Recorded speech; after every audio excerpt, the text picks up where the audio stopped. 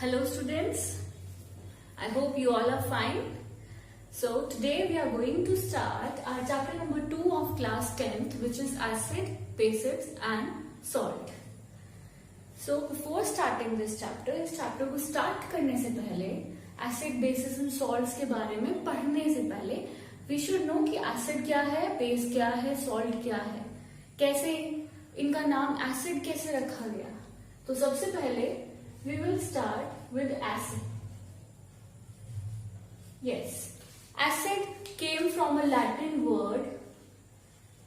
Acid जो name है, it was kept from a Latin word which is acidus. Fine. So acidus is a Latin word और इस acidus का meaning क्या होता है? Sour. तो यहीं से हमारा एसिड वर्ड आया. जो एसिड है उनका नेचर क्या होता है, we will discuss their points one by one. ठीक है, तो एसिड क्या है जिसका नेचर क्या है, सोर.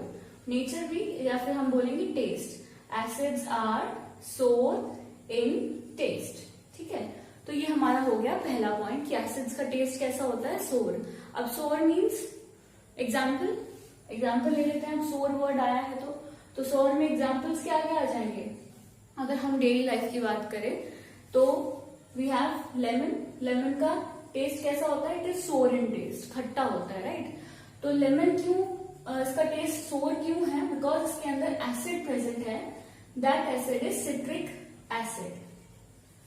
लेमन भी और हमारा we can say orange also. ठीक है, लेमन और ऑरेंज दोनों में कौन सा एसिड प्रेजेंट है, सिट्रिक एसिड प्रेजेंट है. इस वजह से इनका टेस्ट सोर होता है. सिमिलरली कर्ड की अगर हम बात करें, मिल्क हमारा स्वीट इन टेस्ट, बट जैसे ही उसमें लैक्टिक एसिड बन जाता है, लैक्टिक एसिड बन जाता है, उसका टेस्ट कैसा हो जाता है, सोर इन टेस्ट हो जाता है. तो इसीलिए लेमन हमारा सोर है, कर्ड सोर है. Similarly tomato is also sour. Tomato के अंदर भी we have our acid present. We can say tomato contains oxalic acid. Tomato में कौन सा एसिड होता है, ऑक्सैलिक एसिड है. ऐसे ही जो भी चीज सोर है, they all contain acid. And इसी वजह से एसिड का हम फर्स्ट पॉइंट कहीं भी पढ़ेंगे ना तो यही पढ़ेंगे, एसिड्स आर दो सब्सटेंसेस विच आर सोर इन टेस्ट. हमेशा पहला पॉइंट हमारा यही आता है. ठीक है, तो ये हो गया पहला पॉइंट, दैट दे आर सोर इन टेस्ट. दूसरा पॉइंट क्या है, एसिड अगर मेटल से रिएक्ट करे या किसी भी मेटल के ऊपर हम एसिड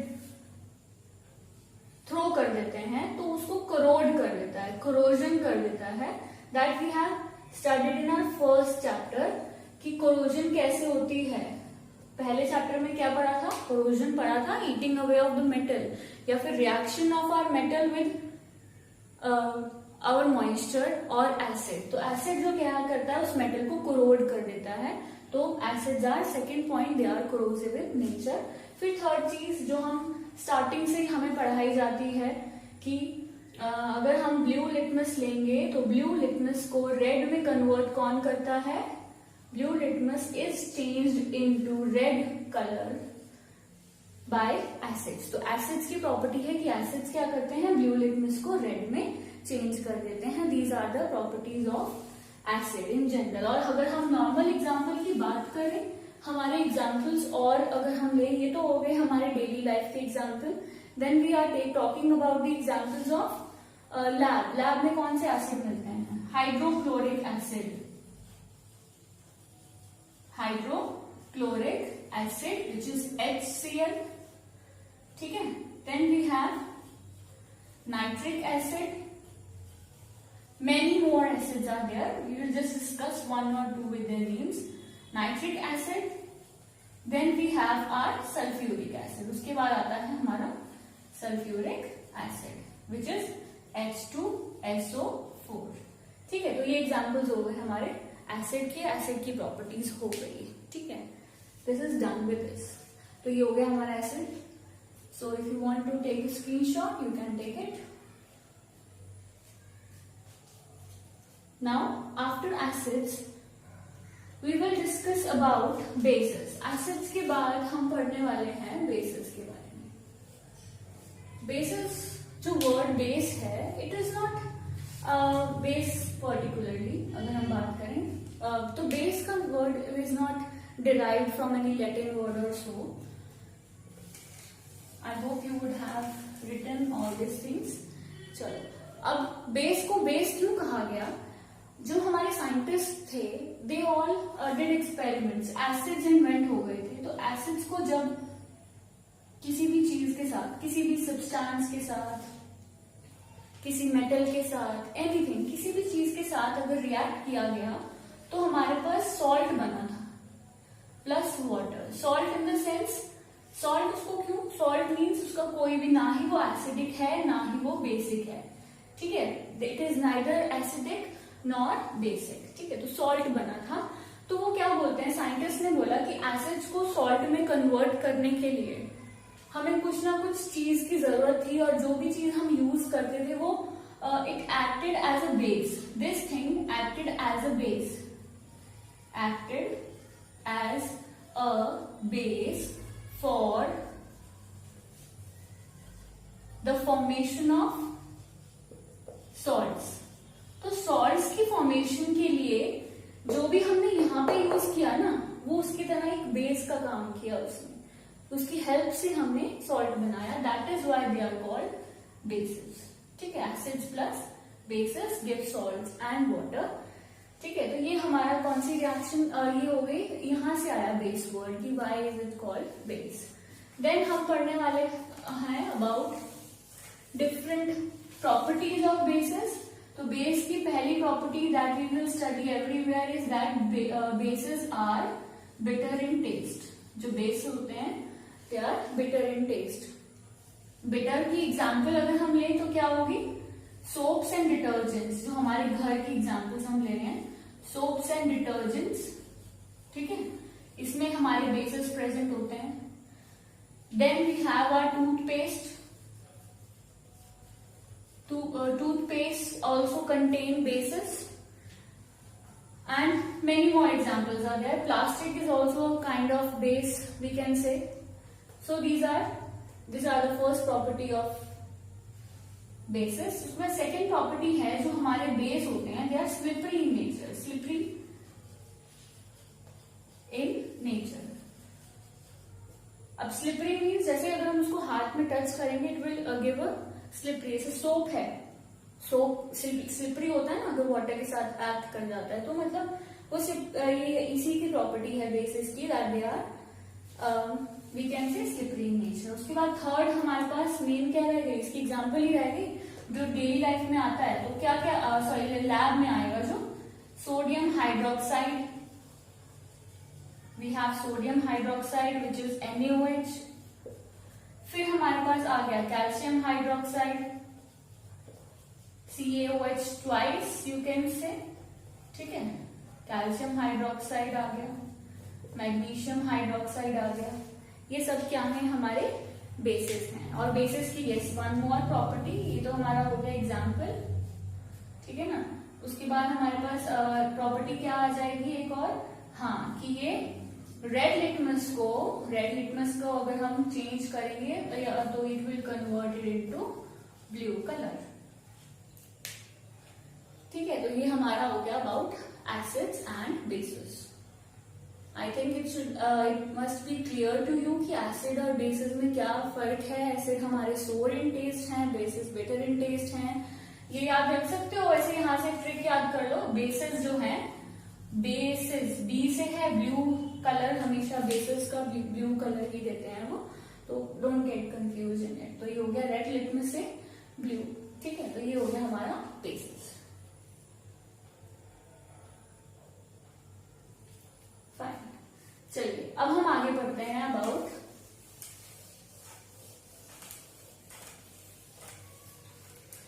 हमने जो ये लिटमस के बारे में पढ़ा. ये जो लिटमस है, लिटमस ने क्या बताया हमको कि एसिड है या फिर बेस है. तो ये जो भी substances that we are using, substances that are used to check the property whether it is an acid or a base, तो ऐसी चीजों को क्या बोलते हैं हम, इंडिकेटर्स बोलते हैं. तो इंडिकेटर्स में पहला तो हमें पता ही है लिटमस है. लिटमस जो है सॉल्यूशन भी हो सकता है. ठीक है, litmus can be a solution, liquid form में भी हो सकता है, और लिटमस का पेपर भी आते हैं, लिटमस पेपर को भी यूज कर सकते हैं, which is one and the same thing. ठीक है, तो पहला इंडिकेटर तो हमारा लिटमस पेपर हो गया। उसके बाद नेक्स्ट हमारी चीज एक टर्मरिक, जो घर पे यूज करते हैं। Turmeric is also an indicator. अब टर्मरिक कैसे इंडिकेटर है? जो टर्मरिक है, हल्दी जिसे बोलते हैं, अब वो टर्मरिक का क्या रोल होता है, कैसे पता लगेगा एसिड है या बेस है? तो ये एक्सपेरिमेंट तो घर पे ही है। अगर कोई क्लोथ है, किसी के ऊपर टर्मरिक अगर गिर गई है, या फिर any spot is there on the cloth, तो अगर हम उस टर्मरिक को we wash it with the soap and detergent, जब हम उसको वॉश करते हैं तो क्या होता है? वो टर्मरिक क्या होता है? येलो कलर का होता है ना, और हो क्या जाता है? रेड हो जाता है। ठीक है, टर्मरिक जो है वो येलो से क्या हो जाता है? रेड हो जाता है। और वो क्यों हो रहा है? क्योंकि सोप से हो रहा है रेड। या टर्मरिक जो है, सोप जब हम यूज करते हैं तो रेड, मतलब क्या यूज किया है? सोप क्या था? बेस था। So it means turmeric is an indicator for base. तो बेस को अगर इंडिकेट करना है, हम टर्मरिक को यूज कर सकते हैं। तो यहाँ से हमें पता लग सकता है कि वो जो यूज किया है इज बेस और नॉट। अगर कलर रेड हो गया तो यस, ठीक है, रेडिश ब्राउन कलर हो गया तो वो बेस है, वरना नहीं है। ठीक है, तो उसके बाद हमारे आता है third indicator, which is methyl orange indicator. तो हमारा पहला इंडिकेटर हो गया लिटमस सॉल्यूशन। फिर हमारे पास आएगा हमारा which is turmeric indicator. Second आ गया हमारा, थर्ड आ गया मिथाइल ऑरेंज इंडिकेटर। अब मिथाइल इंडिकेटर जो है एसिड को अलग कलर चेंज कर देता है। जैसे ही हम एसिड्स में मिथाइल इंडिकेटर ऐड करेंगे या फिर बेस में मिथाइल इंडिकेटर ऐड करेंगे तो एसिड का जो कलर है वो रेड हो जाता है। ठीक है, और बेस का कलर हो जाता है yellow. Asset turns methyl orange into red and base into yellow। तो डिफरेंस आ गया, तो means it is an indicator which indicates whether it is acid और नॉट। अगर यहाँ पे बात करें कि बेस में ऐड कर दिया तो वही बात आ जाएगी, एसिड से नो चेंज, यहाँ पे कोई चेंज नहीं होगा। ठीक है, तो इसीलिए इससे भी डिफ्रेंशिएट हो गए दोनों के बीच में। Then we have fourth indicator which is phenolphthalein indicator. Phenolphthalein indicator, phenolphthalein indicator के लिए एसिड और बेस को जब हम दोनों को डिस्टिंग्विश करेंगे तो एसिड के केस में फिनोफ्थलीन का कलर जो है वो पिंक ही होता है। ये जो है इसका खुद का कलर पिंक होता है। और methyl orange is someways yellowish orange colour होता है इसका। ठीक है, खुद का कलर भी इसका ऐसे ही है, येलोइश ऑरेंज कलर, और रेड भी कह सकते हो। तो यहाँ पे क्या है, फिनोफ्थलीन जो है एसिड के साथ पिंक था तो पिंक ही रहा, नो चेंजेस देयर। और बेस में क्या होगा, बेस ऐड करने से फिनोफ्थलीन के केस में इट विल बिकम कलरलेस। तो फिनोफ्थलीन के केस में क्या हुआ, it becomes colourless. Hence it's ये हमारे पास 4 तरह के इंडिकेटर्स हो गए। यहाँ पे we have 4 types of indicators. Fine. So अब इंडिकेटर्स के बाद ये तो हो गया नॉर्मल, हम इंडिकेट कर सकते हैं। अब ये जो इंडिकेटर्स हैं ये बाय फिजिकल इंडिकेशन से हमने प्रूव कर दिया है ना, टेस्टिंग करने से। अब दूसरे तरह के indicators we have to study about this after this. Okay, yes, after this phenolphthalein indicator we have different types of indicators. One more type of indicator which is called as olfactory indicators. Olfactory indicators, these all are the indicators which help us to detect acid and bases. Acid and bases को हम detect कर सकते हैं by checking the color change. ठीक है, अब उसके बाद हमने ये जो पढ़े हैं indicators, उसके बाद नेक्स्ट आता है olfactory indicators. अब olfactory indicators are those indicators which detect the smell or odor. ठीक है, जो ऑर्डर की हेल्प से हमें डिटेक्ट करके बताएंगे कि वो एसिड है या फिर बेस है. That type of indicators are called as olfactory indicators. ठीक है, अभी olfactory indicators भी हमारे पास 2-3 टाइप के हैं. वेनिला, अनियन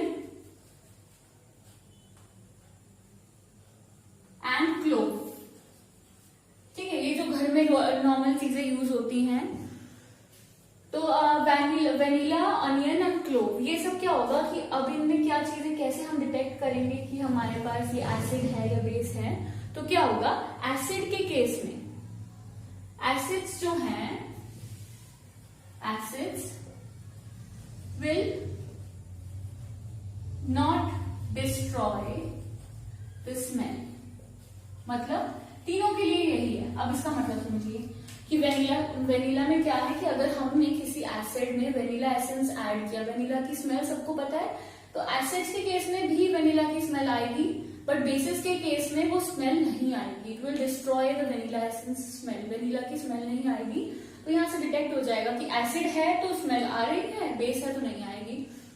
अनियन की स्मेल सबको पता है, ओडर सबको पता है, तो अनियन के केस में भी सेम है। एसिड के केस में अनियन की स्मेल वही रहेगी, बट बेस जैसे ही बेस में अनियन हम चेक करेंगे तो अनियन उस टाइम पे उसकी स्मेल चली जाएगी, so it will destroy.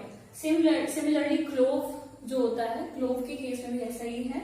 Acids के केस में स्मेल वैसा ही रहेगा, फ्रेग्रेंस जो भी है वो सेम रहेगी, बट फॉर बेसिस के केस में वो फ्रेग्रेंस जो होती है इट विल गेट चेंज।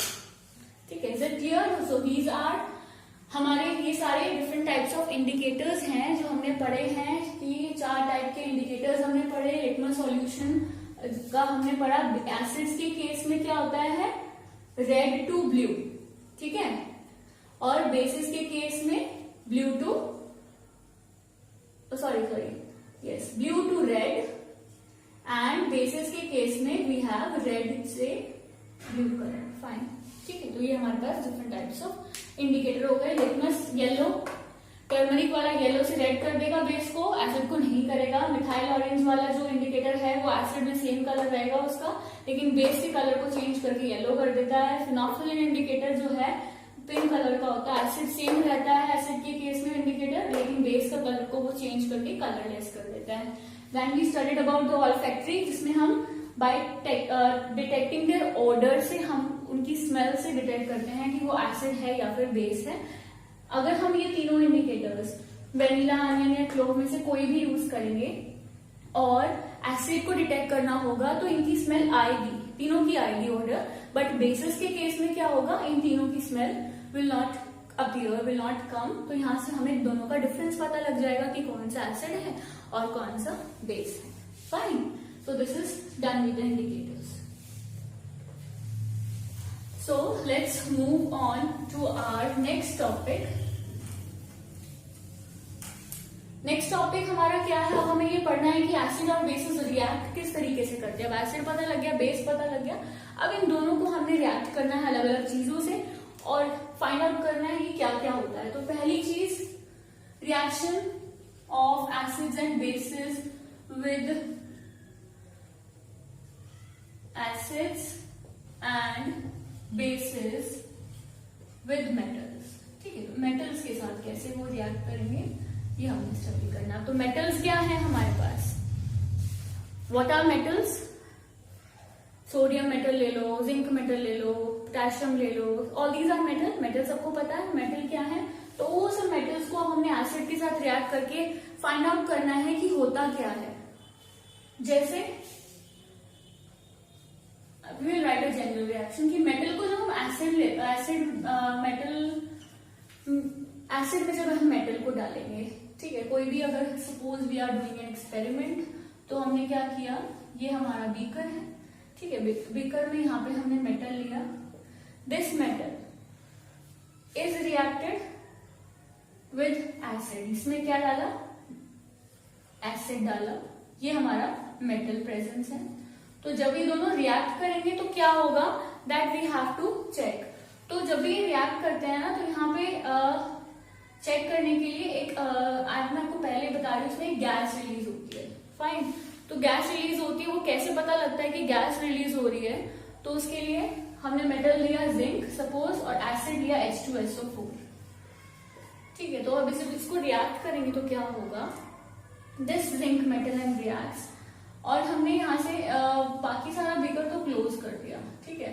यहाँ से हम लोग ये गैस को डिटेक्ट करने वाले हैं, तो इस गैस को डिटेक्ट करने के लिए इसको कनेक्ट कर दिया फर्दर, और यहाँ पे हम लोग ने एक कैंडल यूज किया है, ठीक है, कैंडल को यूज किया है। तो जैसे ही हम इस रिएक्शन को करते हैं ना, रिएक्शन को करने के बाद यहाँ से जो गैस रिलीज होती है ना, वो ऐसे पॉप साउंड लाइक अ क्रैकर बर्स्ट करता है ना, जैसे उस तरीके की यहाँ पे हमको नजर आएगी। तो ये रिएक्शन से क्या पता लगता है कि यहाँ पे जो गैस रिलीज हुई है वो कौन सी गैस है, हाइड्रोजन गैस। तो ये हाइड्रोजन गैस जो है, इसको डिटेक्ट करने का मेथड ही यही है कि एक बर्निंग मैच स्टिक ले लो या फिर कैंडल ले लो और उसको चेक करो, यहाँ पे गैस को चेक करो कि whether it gives a pop sound, it Burns with a pop sound, तो वो हाइड्रोजन गैस हमारी होती है। तो यहाँ पे क्या है, मेटल को एसिड से रिएक्ट किया, it will form salt and hydrogen. ये हमारी जनरल रिएक्शन है। बट हुआ क्या है, यहाँ पे मेटल जिंक था, एसिड था H2SO4, तो हमारे पास सॉल्ट क्या बनेगा, ZnSO4 प्लस साथ में क्या रिलीज हो गई, hydrogen gas. So this is a reaction for metals with acid, ठीक है। मेटल को किससे रिएक्ट किया, एसिड के साथ। अब वही चीज अगर हमें यहाँ पे बेस, मेटल को बेस के साथ करें, सपोज जिंक को हमने किया NaOH के साथ, वही रिएक्शन है सेम। इस केस में भी यहाँ पे हमने क्या लिया था, जिंक मेटल लिया, गैस हाइड्रोजन गैस थी, यहाँ पे भी इसी तरीके से एक्सपेरिमेंट किया एंड वी विल गेट कि पॉप साउंड आएगी सेम। बस यहाँ पे एसिड की जगह वी टुक NaOH और हाइड्रोजन के केस में पॉप साउंड हमारे पास आ रही है। और हमारे पास क्या फॉर्म होगा, Na2ZnO2 plus hydrogen. And what is this? This is a salt. This is a salt and this is again a salt. Sodium zincate बोलते हैं इसको ये sodium zincate and this is zinc sulphate. तो यहाँ पे दोनों में क्या हुआ, चाहे मेटल के साथ एसिड ले आओ चाहे बेस ले आओ, ठीक है। तो ये हमारी रिएक्शन थोड़ी सी चेंज हो जाएगी, acid plus base gives salt and water. ये पहला हो गया विद एसिड्स और ये हमने दूसरा रिएक्शन किया विद बेसिस, ठीक है। तो what happens when acid reacts with metal और base react with metal, so this will be our answer that hydrogen gas is release. तो दूसरा क्वेश्चन यहाँ से क्या बनेगा, how will you detect the hydrogen gas. आप हाइड्रोजन गैस को कैसे डिटेक्ट करोगे, we can detect hydrogen gas with the help of burning matchstick or a burning candle, and if the gas burns with a pop sound like a cracker, then that gas is called hydrogen gas. hydrogen gas का मतलब ही यही है कि pop sound आई है तो hydrogen gas form हुई है। Fine, so this is our reaction of acid and bases with metals. Second reaction, we will be studying about reaction of acids and bases with carbonates and bicarbonate.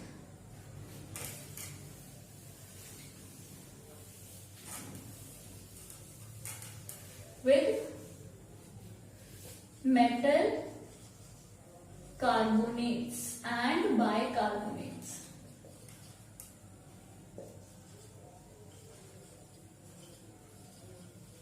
अब ये metal carbonates and bicarbonates, carbonate का formula CO3 2 negative, bicarbonate HCO3 negative, ठीक है। तो दोनों हैं। अब हमें ये फाइंड आउट करना है कि एसिड जो है मेटल कार्बोनेट के साथ किस तरीके से रिएक्ट करेगा और बाइकार्बोनेट के साथ। तो ठीक है, तो हमारे पास पहला सपोज हमने कार्बोनेट ले लिया, मेटल कार्बोनेट एग्जाम्पल के तौर पे एग्जाम्पल, हाँ, और एसिड ले लेते हैं हम HCl सपोज, ठीक है। तो ये हमारा क्या हो गया, sodium carbonate with acid. Sodium carbonate को HCl से रिएक्ट करवा रहे हैं। तो यहाँ पे हमारे पास फॉर्म क्या हो रहा है, NaCl, H2O and CO2. Here we are getting NaCl, salt, water and carbon dioxide. Same is the case with bicarbonate. Bicarbonate अगर मैंने लिया with acid से treat करवाया, it will again form NaCl, H2O and CO2. तो यहाँ से हमें क्या जनरल इक्वेशन मिलेगी कि अगर हम किसी भी मेटल कार्बोनेट को हम रिएक्ट करवाते हैं विद, फाइन, हम अभी सिर्फ इसमें बेसिस के बारे, एसिड्स के बारे में पढ़ रहे हैं कि एसिड्स को जो हम रिएक्ट करवा रहे हैं कार्बोनेट से या फिर बाइकार्बोनेट से, तो हमें क्या मिल रहा है, salt plus water plus carbon dioxide. तो हमारा जनरल क्या होगा, मेटल कार्बोनेट और bicarbonate both reacts with acids to form salt, water and carbon dioxide। अब ये जो कार्बन डाइऑक्साइड मिली है, वहां तो हाइड्रोजन गैस थी, अब यहाँ कार्बन डाइऑक्साइड है, तो हमें डिटेक्ट तो करना पड़ेगा ना कि दोनों में से कौन सी गैस है, H2 है या CO2। तो CO2 जो गैस है, that is the gas which turns lime water milky. This is the gas which turns lime water milky. मतलब अगर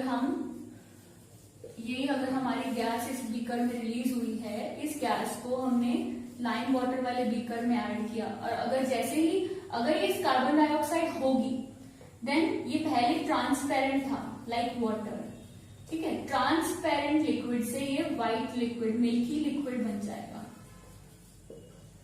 सो इससे पता लगेगा कि ये क्या है, कार्बन डाइऑक्साइड है। कि जैसे ये हमारा लाइम वाटर क्या है, ये CaOH2 कैल्शियम हाइड्रोक्साइड। इसमें जब CO2 कार्बन डाइऑक्साइड गैस जो है हमारी रिलीज होती है, तो ये calcium carbonate with water produce करता है। तो ये जो है, यही है वो जो व्हाइट कलर, पहले ये कैल्शियम हाइड्रोक्साइड था ट्रांसपेरेंट, और उसके बाद कैल्शियम कार्बोनेट में ये चेंज हो गया, और ये क्या है, हमारा मिल्की व्हाइट कलर का होता है। सो अब यहाँ पे क्वेश्चन आपका क्या बनेगा कि हाइड्रोजन और कार्बन डाइऑक्साइड दोनों को डिफरेंस करना है, तो कैसे करना है, तो कैसे लिखेंगे कि हाइड्रोजन को डिफरेंशिएट कर सकते हैं बाय बॉब साउंड, और यहाँ पे जो हमारी कार्बन डाइऑक्साइड है उसको कैसे डिटेक्ट कर सकते हैं हम, bye turning lime water milky. तो ये हमारा हो गया कि एसिड के साथ जब हम रिएक्ट करवाते हैं मेटल कार्बोनेट या बाइकार्बोनेट को, तो किस तरीके से रिएक्शन हो रहा है। You can note it down और take a screenshot, whatever you want.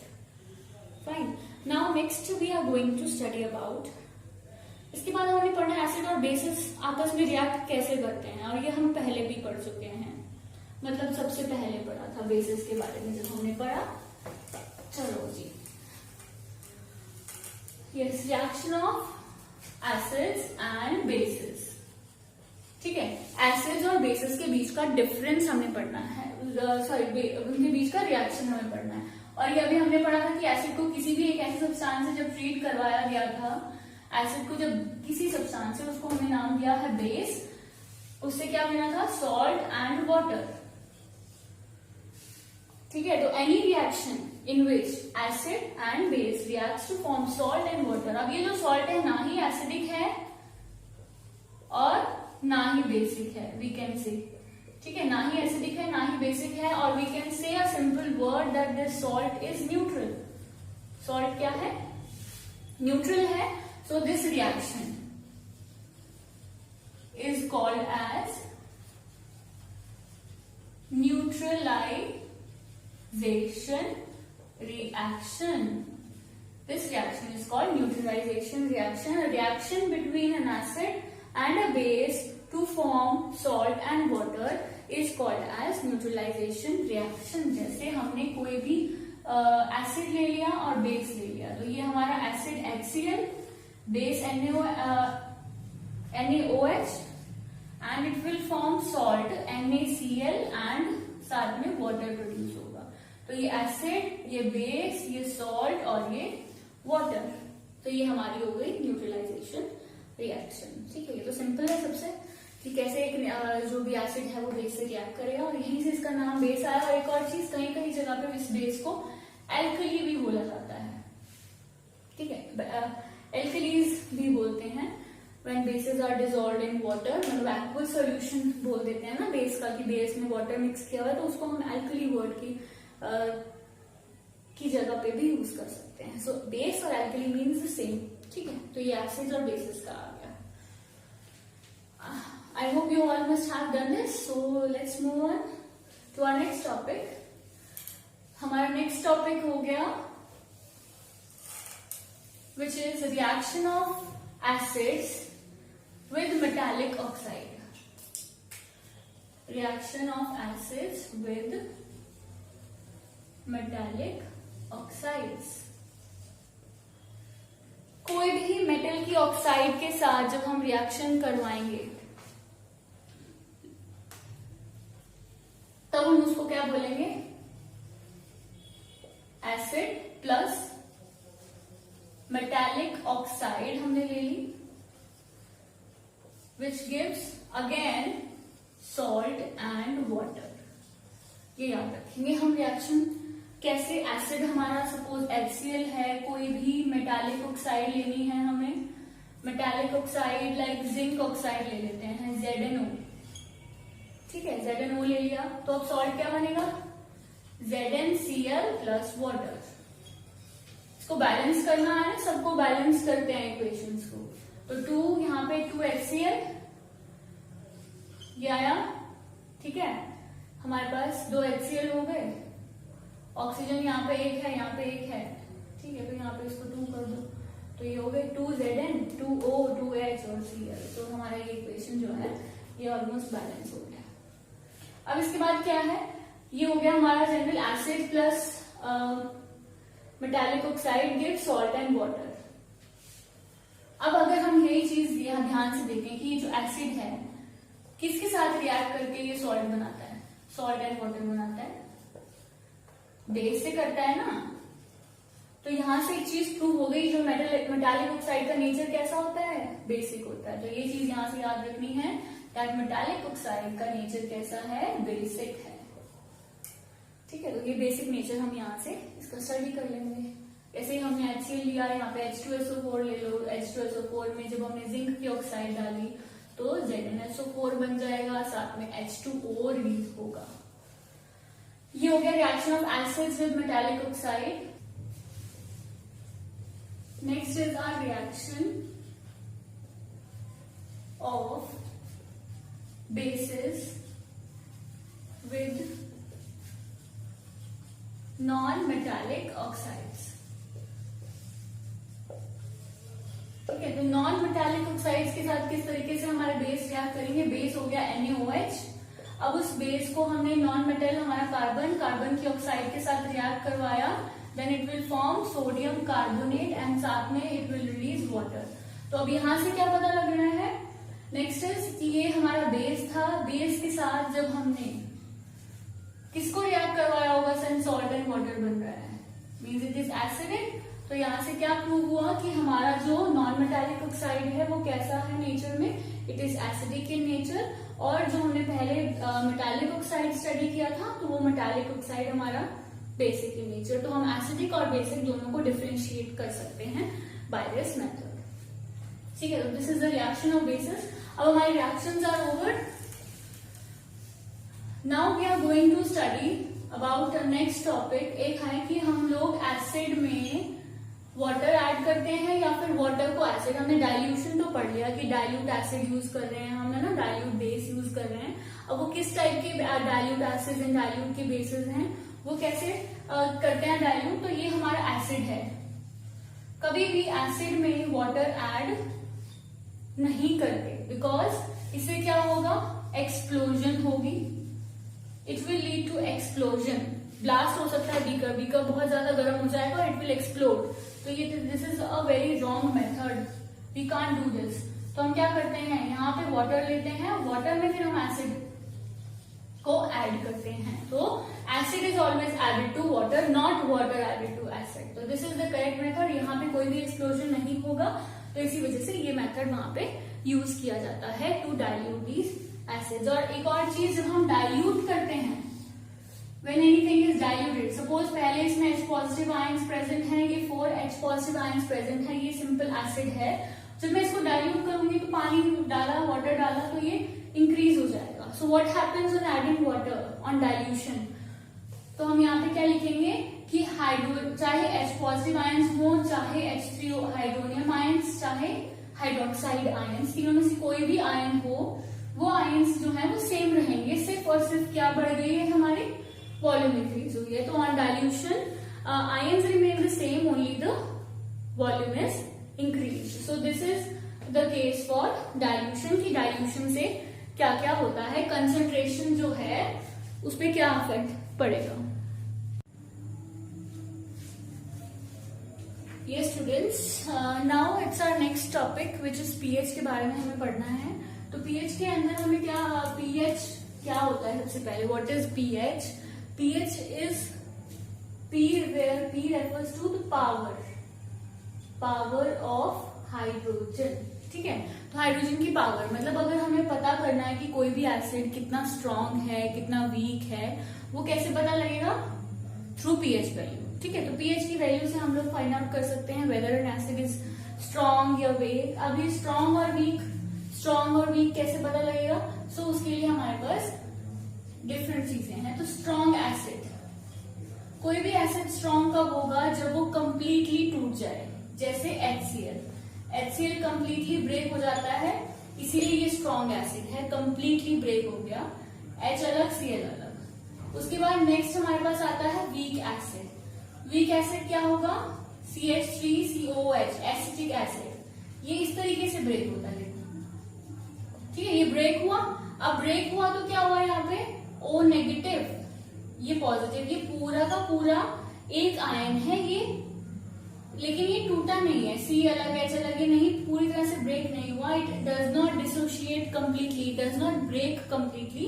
तब हम इस एसिड को क्या बोलते हैं, वीक एसिड। तो इसी तरह से हमारे पास वीक बेस हो जाएगा, स्ट्रॉन्ग बेस हो जाएगा, सो ऑल दीज थिंग्स। अब हमें किसी भी एसिड को कि वो स्ट्रॉन्ग है या फिर नहीं है, वो कैसे पता लगेगा, through a pH scale. PH scale होता है जो 0 से 14 होता है, और यहाँ पे हमारे न्यूट्रल विथिन 7 है, न्यूट्रल है ये, ठीक है, दिस इज न्यूट्रल। तो जब हम यहाँ से यहाँ जाते हैं, हमारा बेसिक करेक्टर बढ़ रहा है, इधर से इधर जाते हुए एसिडिक करेक्टर बढ़ रहा है, और यहाँ पे होगा हमारा स्ट्रॉन्ग एसिड, और यहाँ पे क्या होगा, स्ट्रॉन्ग बेस, ठीक है। तो 0 से 7 एसिडिक के लिए, और 7 से 14 बेसिक के लिए। जितना कम पीएच उतना ज्यादा एसिडिक, और जितना ज्यादा पीएच उतना ज्यादा बेसिक। जैसे 7 और 5 में से, और वी कैन से 2 और 5 में से ज्यादा एसिडिक कौन सा है, 2 वाला पीएच। ऐसे ही अगर हम बोले 12 और 14 में से ज्यादा बेसिक कौन सा है, ये वाला। तो जितना ज्यादा होगा वो बेसिक है, स्ट्रॉन्ग बेस है, और ये वीक, और ये स्ट्रॉन्ग एसिड है। और यहाँ से हम लोग ये भी कह सकते हैं कि इधर जाते हुए H पॉजिटिव आयंस बढ़ रहे हैं, और इधर जाते हुए OH नेगेटिव आयंस कम हो रहे हैं। सो this is all about pH, कि पीएच जो है हमारा किस तरीके से डिपेंड करता है, और पीएच से हम लोग कैसे फाइंड आउट करेंगे अब एसिड है। तो जैसे आपको गिवन होगा कि इतना पीएच है, तो आपको पता लग जाएगा कि इस साइड है तो स्ट्रॉन्ग है, इस साइड होगा तो वीक होगा। ऐसे इधर आएगा तो स्ट्रॉन्ग बेस आएगा, और इधर आएगा तो वीक बेस आ जाएगा। तो this is called as pH scale.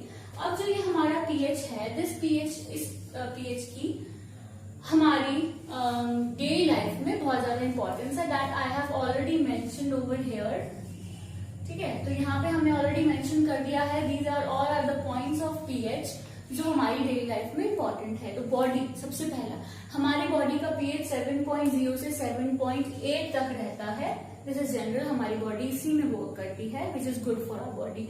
फिर सेकेंड आता है एसिड रेन।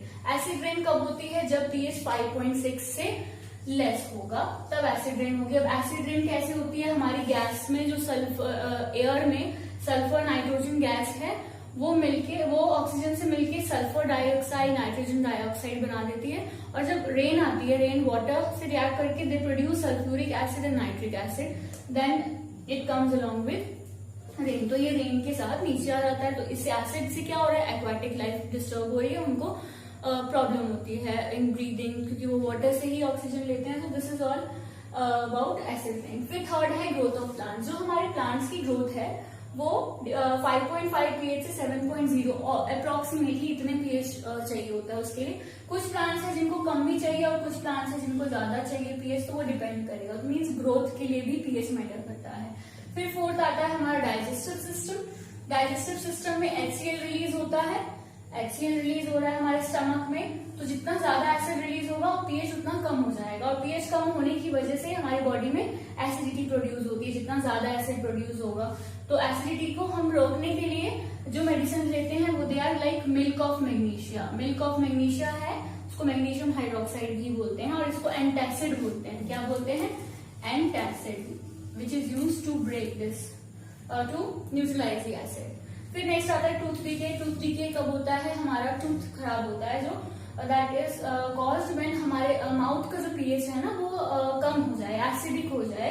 तो उस टाइम पे क्या होता है, जब लोअर होता है पीएच तो बैक्टीरिया एक्ट करना स्टार्ट कर देता है। तो बैक्टीरिया जब एक्ट करता है, कब एक्ट करता है? हमारे माउथ में जब शुगर है, जो फूड रह जाता है आफ्टर ईटिंग, तो that food and sugars react together with bacteria and forms the tooth decay. और उसको रोकने के लिए हम टूथपेस्ट यूज करते हैं, और टूथपेस्ट क्या है? बेसिक है, तो ये एसिड को बेस में न्यूट्रलाइज कर दिया, पीएच का रोल है।